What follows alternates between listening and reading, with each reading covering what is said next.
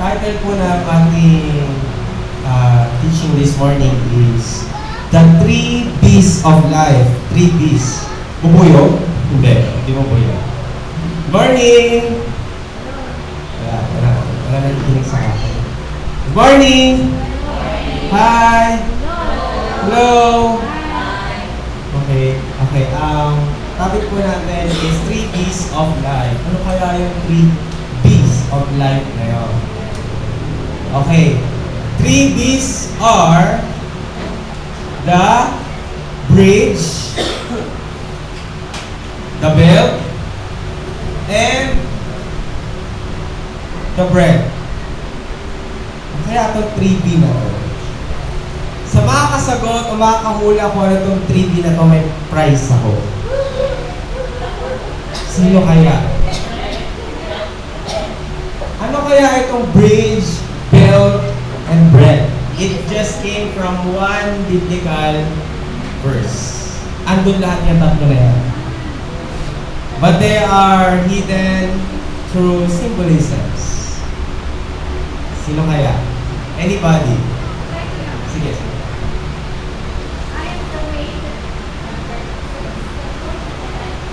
Yes, very good. Ang galing ni ate. Ate, ito yung prize niyo. Ay po. Ate, totoo ba? Ayan, ang galing ni ate. Nakuha niya kaagad. Okay, let's read John chapter 14 verse 6. Sabi po ng John 14 verse 6. Do we have any first timer here? First timer po si ate. Kayo po first timer yan. Okay. John 14:6 says, okay. Saan mo na lang po? Sa easy version. Wala dyan. Easy version. Okay. I am the way, the truth, and the life. No one comes to the Father except through me. The bridge symbolizes the way. The belt signifies the truth. And the bread symbolizes the life. So, I am the way, the truth, and the life. The 3 B's. Ano kaya ito sinasabi ng bridge? Bridge, belt, and bread. Ayan. Okay, medyo delay tayo. Pero punta na tayo sa bridge. Ano kaya sinasabi ng bridge? In Romans chapter 5, verse 10 to 11. Yan. Jesus reconciles us with God. Through Jesus, He became the bridge for us. Alam niyo po ba na siya ay naging daan para sa atin? Hindi ba kayo nagtataka bakit ang cross hindi sa baba? Nagkamatay si Jesus sa cross, nakahang siya. Nasa pagitan siya ng heaven and earth. It's a symbolism that Jesus is the way to heaven. He's the only way to heaven. Kaya po, ganun yung alam niyo po kasi may mga bagay po sa mundo may mga symbolism yan. Mga physical things, may representation sa mga spiritual things. Kaya po ganun yung pagkakamatay ni Jesus, nasa cross siya. No? Symbolizing that He reconciled us. Bakit po? Kasi before we are enemies of God. Alam niyo po ba yun? Hello? Ako kaaway ni Lord? Every time na tayo po ay nagkakasala, sinasampal natin siya. Minumura natin siya. Sinusuntok natin siya, sinisipa natin siya. Doon po nangyayari every time na magkakasala tayo. Inaaway natin si Lord. But you know, God is so good. God is so gracious. Gaya nga po ng turo nung Friday, mga dalawang exhorters, sa meaning, wala pala ito, dapat na i-flash. Hindi ko na ilagay. Meaning ng God, G-O-D, may acronym yun. G stands for gracious, O stands for omni, omnipresent, omnipotent, omniscient, and D stands for defender. You know, God is a balanced God. God is holy and also God is love. Ang sabi ng maraming tao, wala mapupunta sa hell.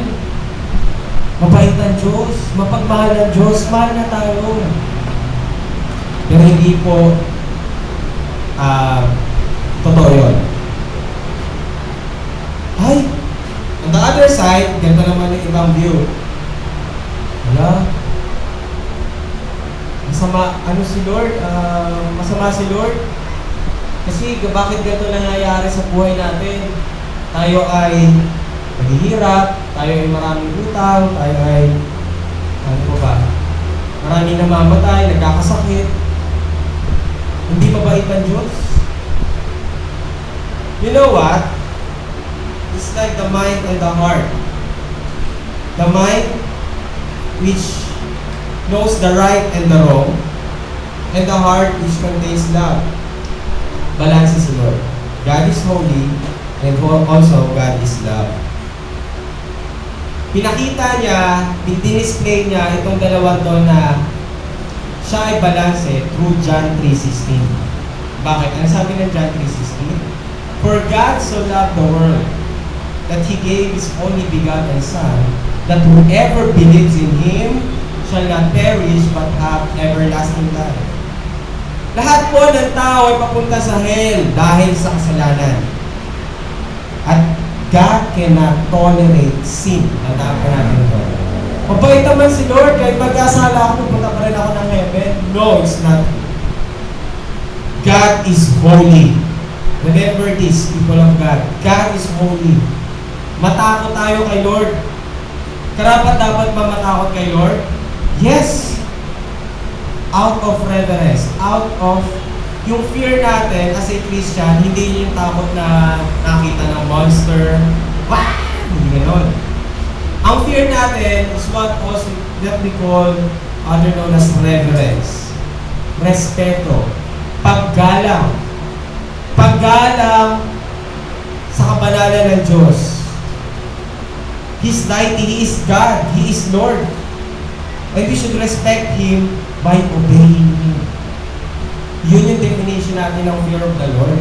Sa mga makamundo, ang definition nila ng fear is yung takot talaga, as in yung parang natutunaw sa takot. Pero sa atin po, out of respect. Nire-respeto natin si Lord. And also, God is love. Sabi kanina sa John 3:16, lahat papunta dapat sa hell. Pero because of His love, He gave us the opportunity to be saved. Meron tayong decision gagawin. Yes, God is love. Mahal na tayo. Kaya gumawa pa rin siya ng paraan. Nakakatuwa si Lord, no? Kasi lahat tayo papunta sa hell, pero gumawa siya ng paraan para tayo maligtas pa rin. Through Jesus. Without compromising His holiness. Eh kung hindi na kailangan ng holiness, hindi na kailangan mamatay ni Jesus sa krus. Diretso na tayo sa heaven. Magkasala ka na magkasala, diretso ka pa rin sa heaven. But to compensate that holiness, He needs to give up His one and only Son, that is Jesus. So God is love, and God is also holy. Tatandaan po natin, hindi tayo pwedeng nando sa both or any of those extreme. Hindi, mapagmahal ang Diyos. Hindi, parang nasa isip mo lang, mapagmahal lang ang Diyos. Hindi, si Lord ay holy lang. Si Lord ay balance. Tatandaan po natin, at gano'n din po tayo dapat balance din tayo sa emotion natin at sa ating perception ng tama at mali. Amen? So, si Lord, si Jesus, what He did, He reconciled us to God. God is so gracious. Yung meaning ng G, kaya G-O-D, gracious, yung faculty niya, yung nature niya being loving God, and yung D, defender, as God who is holy. Kaya po ganun natin dinefine yung powerhouse last Friday, yung God, G-O-D. And Jesus become the mediator between us and of God the Father.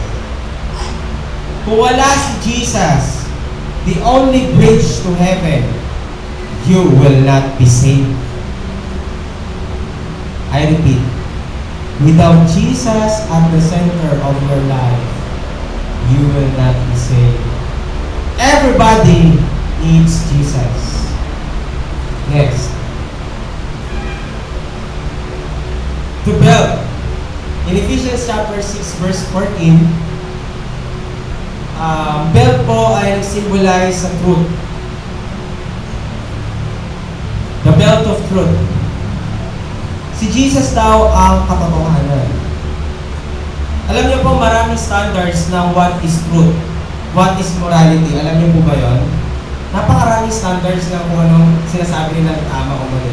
Pero ano nga ba ang tama o mali? But to know that, tingnan muna natin yung mga maling mga standards ng mundo regarding the truth. Ano ba yung mga yon? Ito po yung mga standards, ilangkin ko lang sa isa pang tip. Ito po yung mga standards ng morality around the world. Ang sabi na hedonism, an act is good or right if it is pleasurable. Kapag okay sa'yo, tama yan. Okay yan. Nagbe-benefit ka, okay yan, tama yan.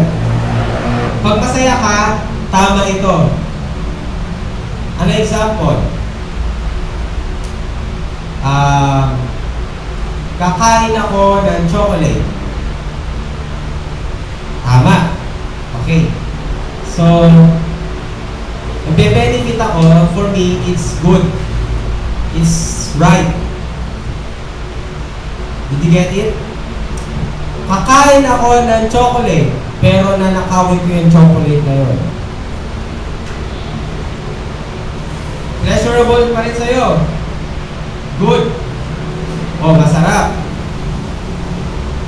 Tama pa rin sa paningin ko. Nakuha niyo po ba yung concept na hedonism? You disregard, if you harm other people, basta masaya ka.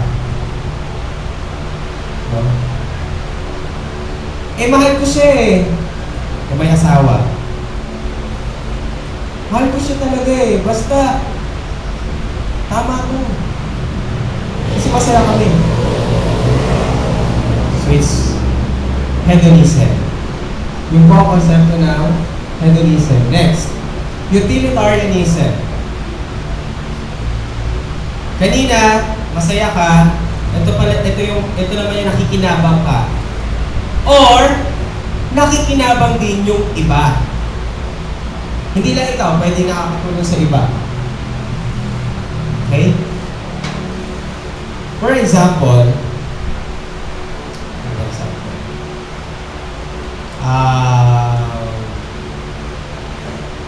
magpapalagay ako ng billboard dyan.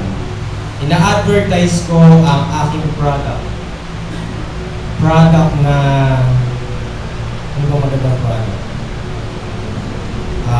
Asin. Ganda ng product ko, asin. Ang pangalan ng asin ay, ang tatak ng brand ng asin ay Salt. Ang gandang brand. Very unique, di ba? O nyari ganun, na-advertise yan andyan sa my Skyway. It benefits me, and it benefits also people who sees it. Uy, meron pala ganitong product, makabili na. Nagbe-benefit din yung may-ari nung stand na yun kasi pera, di ba? Pero maglalagay ako dyan, may papalitan ko kayo ng alak. Tapos maglalagay ako dyan ng figure ng babaeng medyo nude, magpapasexy. Okay pa rin yun sa paningin ko. Nagbe-benefit pa rin naman yung mga tao, di ba?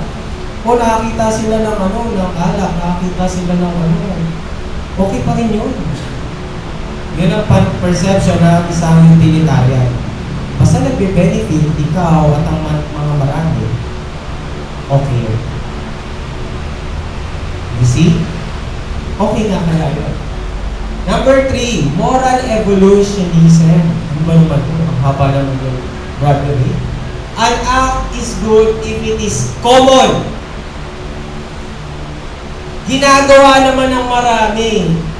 Prevalent naman. So it's okay. It's good. It's right. Premarital sex. Kami ang gumagawa niyan eh.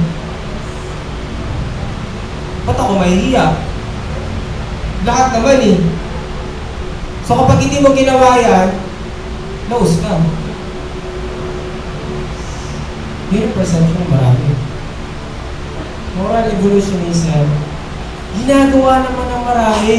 Nagbe-benefit naman ng marami. Try ko nga, magbe-benefit din naman ako ah.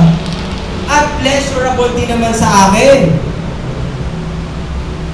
Yun ang sabi nila. Moral evolutionism. Is it still right? Sabi nila, it's still right. Ano naman ang sinasabi ng moral positivism? Papansin nyo, palala tayo ng palala. Ito mas malala to. An act is good if it is legalized by the law. By the law. Same-sex marriage. Divorce. Pleasurable. Beneficial to you and to the other person. Lisa? Ginagawa rin ng marami. Kailangan isa batas na yan. Total naman, ginagawa naman ng maraming tao. Tama pa rin yan. Okay pa rin yan. Is it really right? Is it really correct? Sa batas na nga natin ng premarital sex, dami naman din gumagawa yun. Diba? Para hindi na sila nagtatago. Para hindi na nila kailangan mag-lean pa sa leadership. Isa batas na natin. Next, communism. An act is good if it will uphold the cause of the majority. Mas malala talaga. May batas na at naniniwalang ito ay makabubuti sa lahat ng tao. Alam niyo sa US,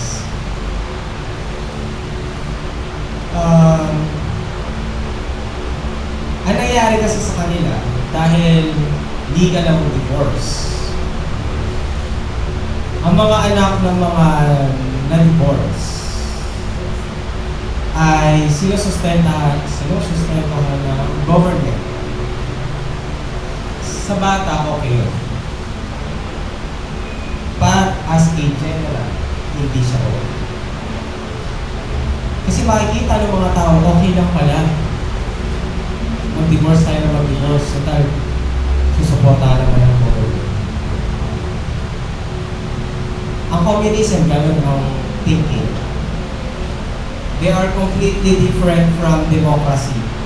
Ang democracy kasi, may freedom ka on your own. No? Parang ano yan eh, individualism and collectivism. Yung progress, kaya ka nagkaka-progress personally kasi nag-effort ka. Pag sa communism, ang gusto kasi nila lahat nagpo-progress. So, dinidisregard nila ang individuality. Nawawala ang creativity, nawawala ang freedom pag communism. Kasi kailangan swak sa lahat. Kapag hindi yan swak sa lahat, hindi mo pwedeng gawin. Yung design na iniisip mo, hindi mo pwedeng gawin yan. So, kapag hindi yan nasa standard ng government. So, they are completely different. So, ganun ang thinking ng communism. Kaya nila yung sinabatas kasi for the majority, for the cause of the majority. And lastly, religion. An act is good if it is based on religious practices and traditions. There are so many religions in the world. And there are also religions na nag-aalaw sa orgies. Do you know what is orgies? Do you know what is orgies? Sino nakakalam ng orgies? Raise up your hands. Isa lang ang nakakalam ng orgies. This is debauchery. Talagang matinding debauchery ito kasi halimbawa, tayo lahat dito, lalaki-babae, lalaki-lalaki, babae-babae, nagsisex. Yun ang orgies. A group sex. Yun ang tinasabing orgies. May mga ganun. At yun ay based sa law nila, yun ay based sa custom nila, yun ay based sa tradition nila, it is pleasurable, it is beneficial to them, at ginagawa ng marami. Now, the question is, it is really right? Is it really the truth? Ito ba yung katotohanan na dapat malaman ng tao? Itong mga to, they are all wrong. Hindi po ito ang standards ng tamang morality. Ng kung ano ang tama at kung ano ang mali. At ito ang mahirap intindihin ng mga unbelievers sa atin. Dahil ang basis natin ng tama is only the Bible. Bible lamang po ang tamang standard ng morality. Bakit kaya? Parang hirap naman intindihin. Nagbe-benefit naman ako. Nagbe-benefit naman yung maraming tao. Pero mali pa rin pala yun. Lahat na lang mali pagdating sa Bible. Sabi ng mga You know what? Point number 1. God created humans. Therefore, sino susundin natin? Si God. Sino may gawa ng Bible? Si God. Point number 2. Jeremiah 29:11. For I know the plans I have for you, says the Lord Almighty. Plans to prosper you and not to harm you. Plans to give you hope and a future. Mahal niya tayo at ayaw na tayo mapahama. Lahat ng plano niya sa atin ay makabubuti sa atin. Karapat-dapat bang sundin yung truth na nasa Kanya? Yung tama na sinasabi ng Bible? If you know that it is beneficial. And sabi doon, for I know the plans I have for you. Alam niya yung future. Jesus is the same yesterday, today, and forever. Alam niya yung future. Hindi ba karapat-dapat na idepende natin sa Kanya kung ano yung tama at mali? Kung ano yung magiging decision natin sa buhay? Kung makakabuti naman sa atin ang isipin. And point number 3, no man is perfect. Nobody is perfect. Lahat ng kaalaman natin ay limited. Sabi ko nga kanina, hindi mo alam yung future. Si Lord, alam niya yung future. So, kapag nagbigay si Lord ng commandments, ito ang gawin nyo. Hindi ba karapat-dapat na yun lang ang sundin natin? Hindi naman ako naniniwala may Diyos eh. Hindi naman totoo may Diyos. Hindi ko kailangan maniwala sa Bible.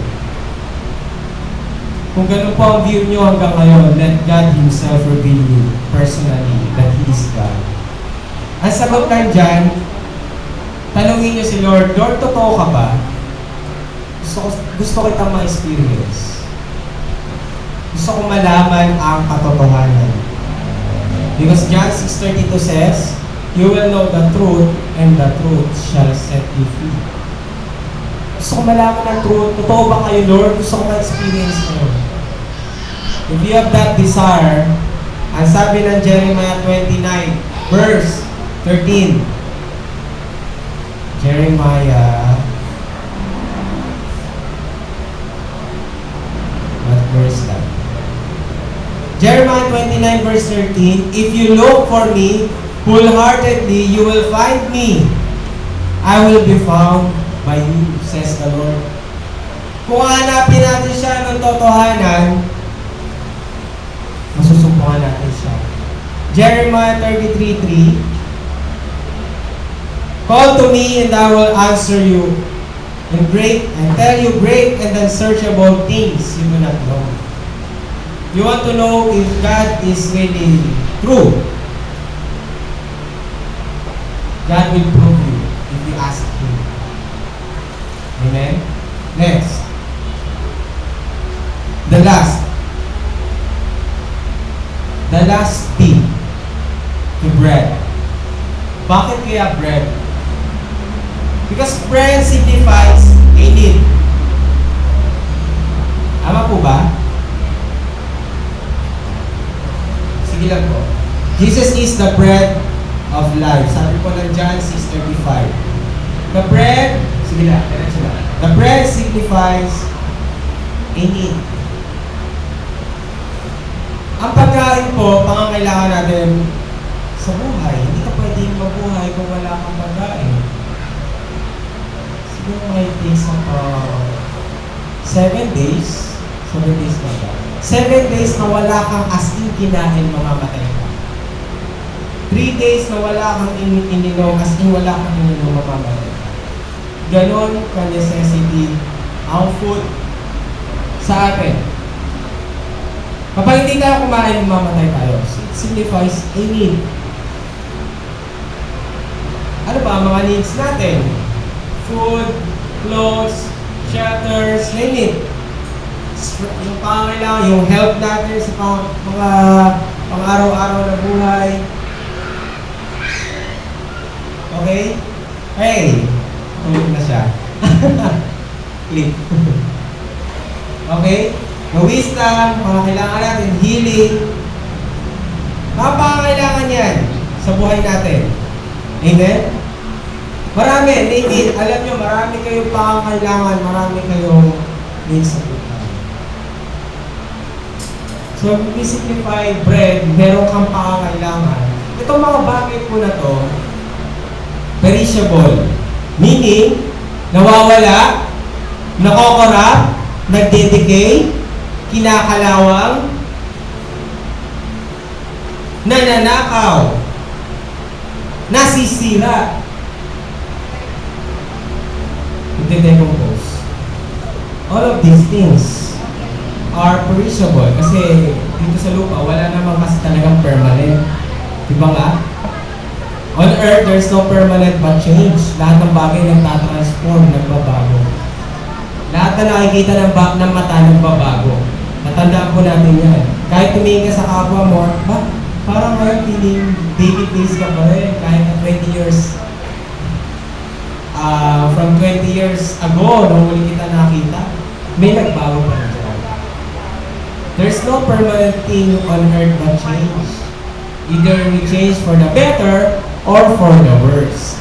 Eh lahat po ng physical things na nakikita natin, nagde-depreciate, nagde-degrade. Kung hinahanap po natin ang satisfaction na sinasabi, just sa mga yan, I tell you,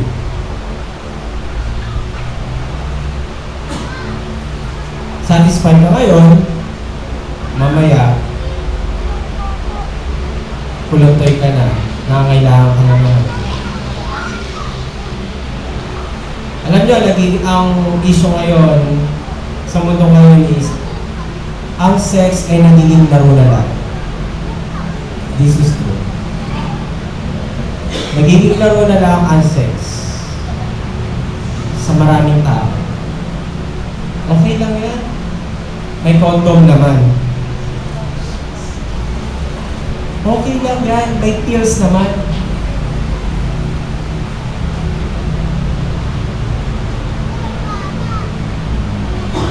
Yun ang pakakatwiran ng mundo ito. Just to satisfy their longing, their needs, their so-called needs of life. Ito yung sinasabi nilang need eh. urge ng aking flesh. Medyo naman, pasensya din na, mas natamaan ko yung about dito sa immorality kasi ito pinaka-prevalent. Ito ang main issue ng mundo. Kaya nagkakaroon ng population explosion. Papunta tayo sa demography, no? Ang sex po ay holy. Banal po ang sex at hindi siya laro. Hindi po siya laro.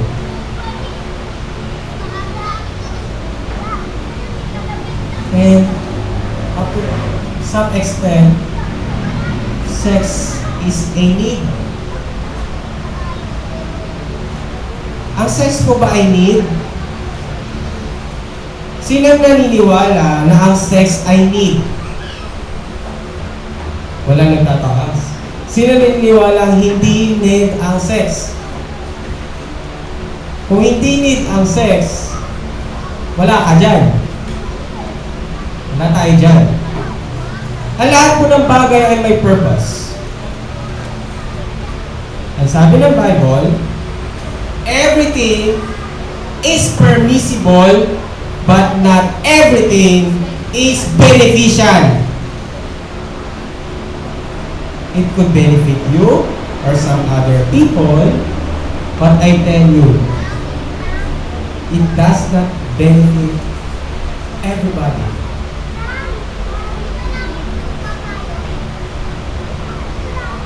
Sex is an expression of love. That's true. But among husbands and wives. Huwag po natin i-equate ito sa boyfriend or girlfriend natin kasi hindi po yung sign of love, sa sign of lust. If you love a person, you respect him or her. Amen? You respect the person.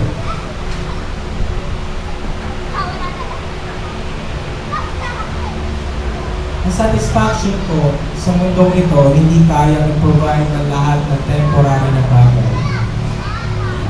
Saglitan ng mga bagay na yan, kinakain mo, hinihinga mo, kasama hinihinga. Kasi yung amoy, nakakasatisfy din ang amoy, di ba? Pagkain, amoy ng pagkain. Yung magandang ambience ng paligid. Nahanap natin yung minsan. Ako nahanap ko yun. Pagka mabaho yung place, ayoko dun. Kayo din ba rin? May irritate kayo. Ganun din tayo. Yung mga taste buds natin, may need yan na masatisfy. Ang flesh natin may need na masatisfy. It's true. Pero ang sabi ng Bible, tandaan natin ang basis ng truth natin ng Bible. So, ibig sabihin, kung ano na sinabi ng Bible, yun ang paniniwalaan natin tama at totoo. Ang sabi ng Bible, live,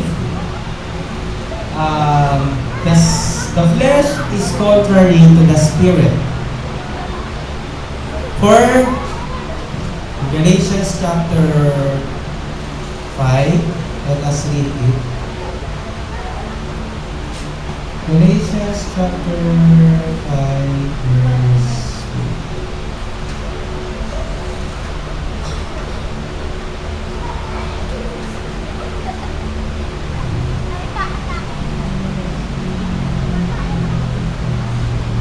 5 verse, beginning verse 16. Let's read the entire passage. So I say, let the Holy Spirit guide your lives. Then you won't be doing, I'm reading in the New Living Translation. Let the Holy Spirit guide your lives, then you won't be doing what your sinful nature craves or desire. So pag namumuhay tayo sa Holy Spirit, pag mas malaki yung time na ini-spend natin kay Lord, hindi natin mag-gratify yung desire na sinful nature natin. The sinful nature wants, verse 17, wants to do evil, which is just the opposite of what the Spirit wants. And the Spirit gives us desires that are the opposite of what the sinful nature desires. These two forces are constantly fighting each other. So you are not free to carry out your good intentions. Laging may battle between flesh and spirit. Yung desire ng flesh mo sa desire ng banal na Espiritu Santo. Verse 18, but when you are directed by the Spirit, you are not under obligation to the law of Moses. Ano yung law of Moses? The Ten Commandments. So kapag daw tayo po ay nasa direction ng Holy Spirit, hindi mo kailangan sumunod sa Ten Commandments. Kumbaga, hindi ka pwesado. Hindi ka tensionado. According ba ito sa Ten Commandments, ganyan. Hindi mo maiisip yun. Kasi, ang Holy Spirit ay hindi kailanman kumontra sa Ten Commandments. It's actually the fulfillment of the law. And in fact, He is the author of the law. So, hindi ka struggle na gawin ng tama kasi ang susunod mo, Holy Spirit, it's between target to yung pinipili mo. Ano pipiliin mo? Alamin yung tama at sundin yung tama, that's one option. And the second one is sumunod sa Holy Spirit. Pag daw ka nakabase sa una, lagi ka nag-iisip, according ba to sa Ten Commandments?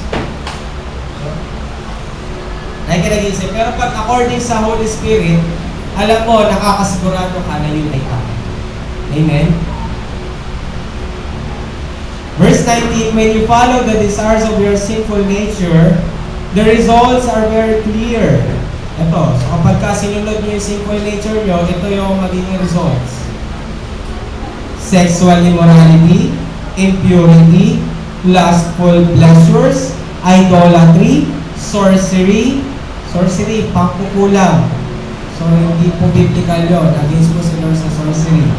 Hostility, quarrel, jealousy, outbursts of anger, selfish ambition, dissension, division, envy, drunkenness, wild parties. Actually, itong wild parties na to, in some translation, it pertains to orgies. Diba? Pinaganda lang dito para hindi gaano, yung party nila is yun, kakaiba. Ito yung wild parties na tinutukoy dito. Pinaganda lang ng New Living Translation kasi may nagbabasa din ng bata, di ba? Pero yun yung meaning nun. And other sins like this. Let me tell you again, as I have before, that anyone living that sort of life will not inherit the kingdom of God. Sabi ko kanina, God is love and God is holy. Hindi niya pwede i-compromise yung holiness kahit mahal ka niya. But you are doing these things, you will not be able to enter the kingdom of God. Kaya nga hindi tayo naniniwala na once you are saved, you are forever saved. So kung ganun tayo, tinanggap ko na naman si Jesus, so pwede na akong magkasala ulit. I'll do everything I want. I've benefited from it. Gagawin ko lahat ng gusto ko. Gano'n ka mag-isip, gano'n ang mentality mo. The way you think. Pero, hindi ka pa rin mariligtas. Sabi nga ng Philippians 2:13, Philippians 1:13, I think. Work out your salvation with fear and trembling. alagaan natin ang kaligtasan. Ang kaligtasan, para po yung katawan, physical na katawan. Diba, ang katawan, kailangan mong kumain, mag-exercise, kailangan mong minom ng tubig para mabuhay, masustain ang needs sa physical na katawan. Ganun din ang salvation natin para katawan. Pinapakain mo rin. Anong klaseng pagkain ang kinakain natin? The bread of life. The Word of God. So kapag hindi ka na nakikinig na salita ng Diyos, ikaw ay magugutom hanggang sa mamatay ka. Kailan namamatay ang isang Kristiyano? Pag Kristiyano ka na ha, kapag hindi ka na kumakain ng Word of God, hindi ka na umiinom ng Holy Spirit. And you are very complacent. Sabi mo, matutulog muna ako saglit. Dahil muna ako saglit sa ministry. Hindi mo na ako attend ng saglit sa ministry. Tutulog muna ako saglit. Hindi ka na kumain ng araw. Hindi ka na makabangon. Sakit na ng ulo mo. Sakit na ng katawan mo. Hindi ka na makakilos hanggang sa ikaw ay patay ka. Spiritually. So if you stop attending churches, you will die. Not immediately, but gradually. Hanggang sa dumating sa point na hindi mo na maramdaman si Lord. Ang layo-layo na kay Lord at kontento ka na sa buhay mo, okay lang naman din. Andun ka na, bumalik ka na sa standards ng mundo. Okay lang naman, pare-parehas na lang naman lahat ng religion. Okay lang yan, common naman eh. Tama pa rin yan. Bumalik ka na sa standards ng mundo. At yung truth na dati mo kinakatigan, dinisregard mo na. And you die. And the bridge collapse. Bakit? Bakit magko-collapse yung bridge? Kasi ang bridge si Jesus. Si Jesus, the Word of God. Jesus is the bread of life. So kung wala na yan, hindi ka na masisave. Hindi ka na pupunta sa heaven. Kasi yung bridge, nasira na. Hindi mo inalagaan. Jesus is the bread of life. Kaya yung bread na yan, ang satisfaction na yan, Jesus only can feed. Nobody but Him. Amen? Nobody but Jesus alone. Yung mga temporary satisfaction, ngayon, masaya ka, mamaya, lungkot ka na ulit. Pero kapag si Jesus nasa puso natin ang totohanan, I am speaking not just for first-timers. I am speaking to everyone. If Jesus is in our hearts, we will be always contented. Amen? Ngayon, pag nawala na si Jesus, na-focus na ang attention mo sa napakaraming bagay, mga physical things, temporary things, andun ka na naman sa point na kung paano ka naging unbeliever noon, bumabalik ulit yun. Depressed ka, wala kang peace, wala ka sa truth, nakikipag-compromise ka, kawawa ka lang. Diba kawawa yung mga tao ka na? Ano, pasok ka sa church, hello sis, hello bro, hello zombie. Zombie ang tawag ko doon eh. Wala ang spirito ng Diyos. Naglalakad siya dito. Patay! Pero naglalakad yung katawan. Hello? Ganun ang zombie. Diba? Physically gumagalaw pero patay na pala siya. Ako kaya yun? If you are no longer eating the Word of God, meaning you are not reading, you are not hearing the Word of God, you will die like a zombie. Diba? Yan na ba yung last slide? Ano pa?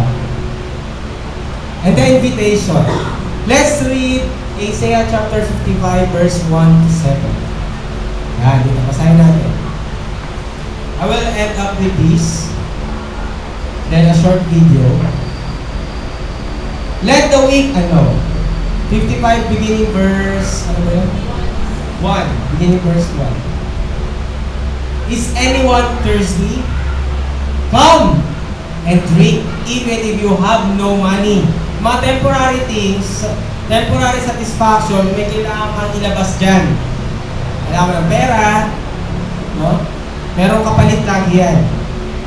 Lagi may kapalit ang mga temporary things. Tatandaan po yan. Temporary things, lagi may kapalit yan. Come, take your choice of wine or milk. It's all free.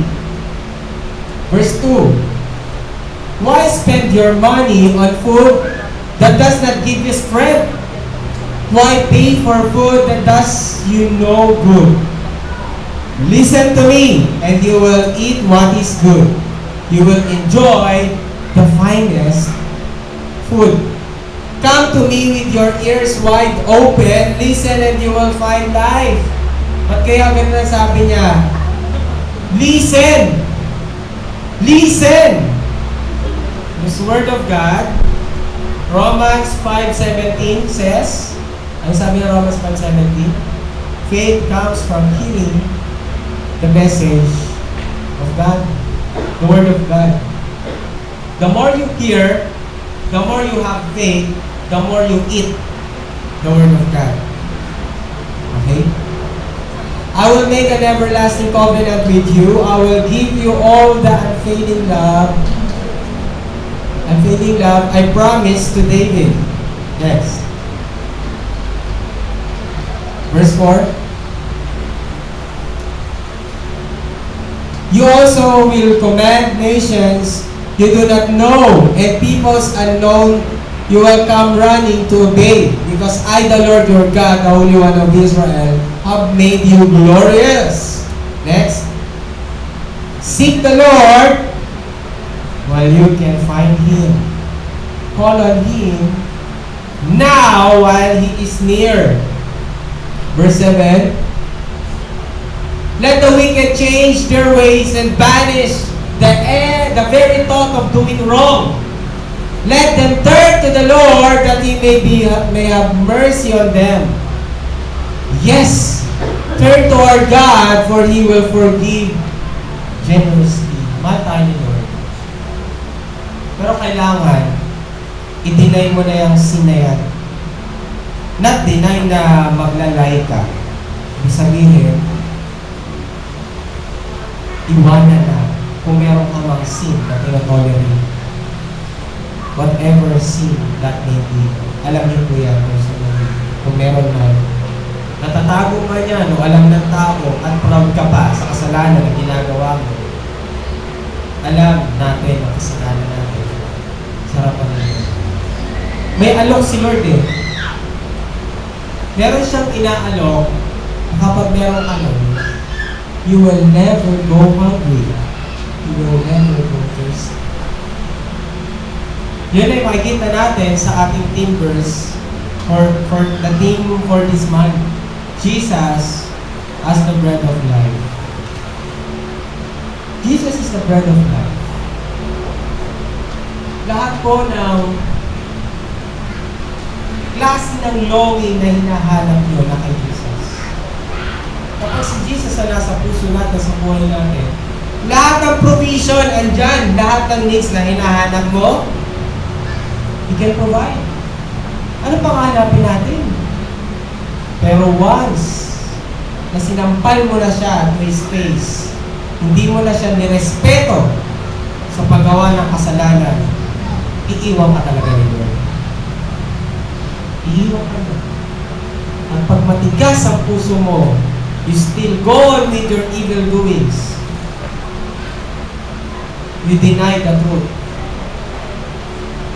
Wala ka na mararamdaman na presence ng Lord. At I will come, hindi mo na mararamdaman kinakalabit ka niya. For worst thing, you will go to distraction. matakot kayo pag ganyan ang nararanasan nyo. Na parang kapag gumawa kayo ng kasalanan, sanay na kasi ako, okay lang yan.